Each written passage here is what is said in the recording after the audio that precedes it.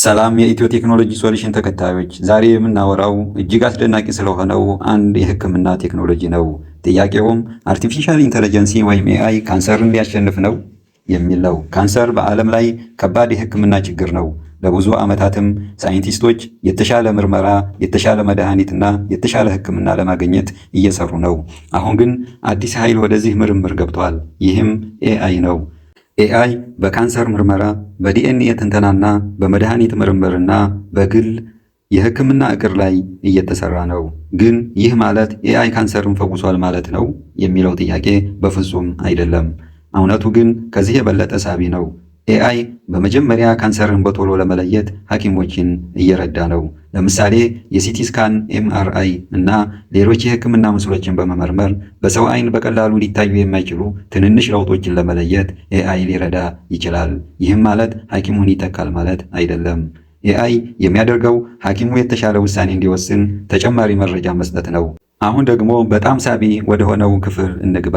ካንሰር በሰውነታችን ውስጥ ሲፈጠር በዲኤንኤ ውስጥ የተለያዩ ለውጦችን ሊፈጥሩ ይችላሉ። እነዚህ ለውጦች ካንሰር ሴሉን ከመደበኛ ሴል የሚለዩት ልዩ ምልክቶች ሊሆኑ ይችላሉ። ኤአይ በብዙ የጄኔቲክ መረጃዎች ውስጥ እነዚህን ልዩ ምልክቶች ለመፈለግ ሳይንቲስቶችን ሊረዳ ይችላል እና እዚህ ላይ የ2026 በጣም አስደናቂ የምርምር ክፍል ይመጣል።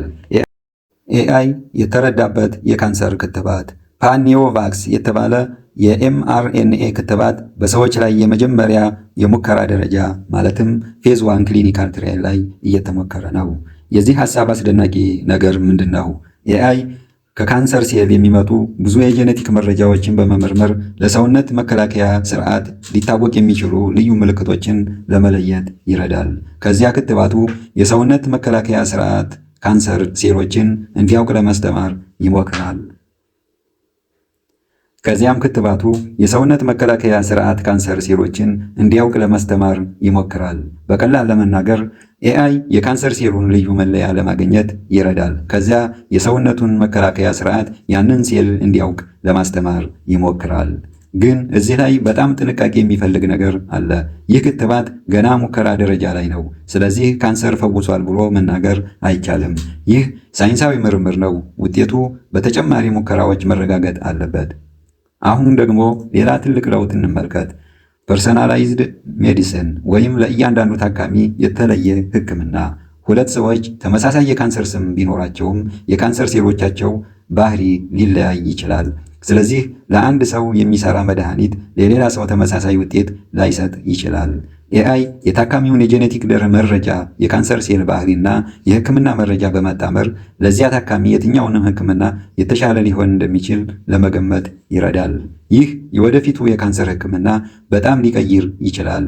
ኤአይ አዲስ መድኃኒት ለማግኘትም እየተጠቀመ ነው። አዲስ መድኃኒት ለማግኘት ብዙ ዓመታትና ብዙ ሙከራዎችን ሊያስፈልጉ ይችላሉ።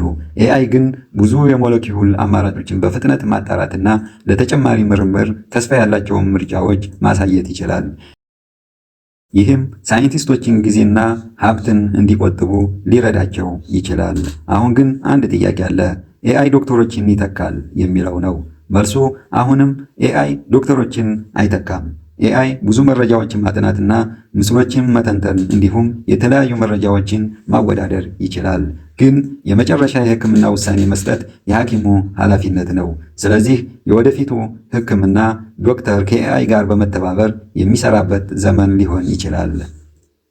ግን ኤአይ ፍጹም አይደለም። የተሳሳተ መረጃ ከተሰጠው የተሳሳተ ውጤት ሊሰጥ ይችላል። ስለዚህ ኤአይ የሚሰጠው መረጃ በህክምና ባለሙያ መረጋገጥ አለበት። በተለይ የካንሰር ታካሚዎች ኤአይ ብቻ በመመስረት መድኃኒት መጀመር፣ መቀየር ወይም ማቆም ሁልጊዜ ከህክምና ባለሙያ ጋር መመካከር አለባቸው። እንግዲህ ወደ መጨረሻው ጥያቄ እንመለስ። ኤአይ ካንሰርን ሊያሸንፍ ነው የሚለው ጥያቄ ነው። ዛሬ ላይ ኤአይ ካንሰርን ፈውሷል ማለት አንችልም። ግን አንድ ትልቅ ለውጥ እየተከሰተ ነው። ኤአይ ካንሰርን በቶሎ ለመለየት እየረዳ ነው። የካንሰር ሴሎችንም ልዩ ምልክቶች ለመለየት እየተጠቀመ ነው። አዲስ መድኃኒቶችን ለመፈለግ እየረዳ ነው። ለእያንዳንዱ ታካሚ የተለየ ህክምና ለማግኘት እየተሰራበት ነው እና ከሁሉም በላይ ኤአይ የተረዳበት የካንሰር ክትባት ወደ ሰው ላይ የሙከራ ደረጃ ደርሷል። ስለዚህ የ2026 ትልቅ ዜና ኤአይ ካንሰርን ፈውሷል አይደለም። ትክክለኛው ዜና ኤአይ የካንሰርን ሕክምና ወደ አዲስ ዘመን እየወሰደ ነው የሚለው ይሆናል እና ይህ ጉዞ ገና መጀመሩ ሊሆን ይችላል። እርስዎስ ምን ያስባሉ? ኤአይ በአንድ ቀን ካንሰርን ሙሉ በሙሉ ሊያሸንፍ ይችላል? አስተያየቶቻችሁን ኮሜንት ላይ ይጻፉልን። ቪዲዮውን ከወደዳችሁ ላይክ ያድርጉ፣ ሸርም ያድርጉ። ኢትዮ ቴክኖሎጂ ሶሉሽን ሰላም ጤና ይስጥልን።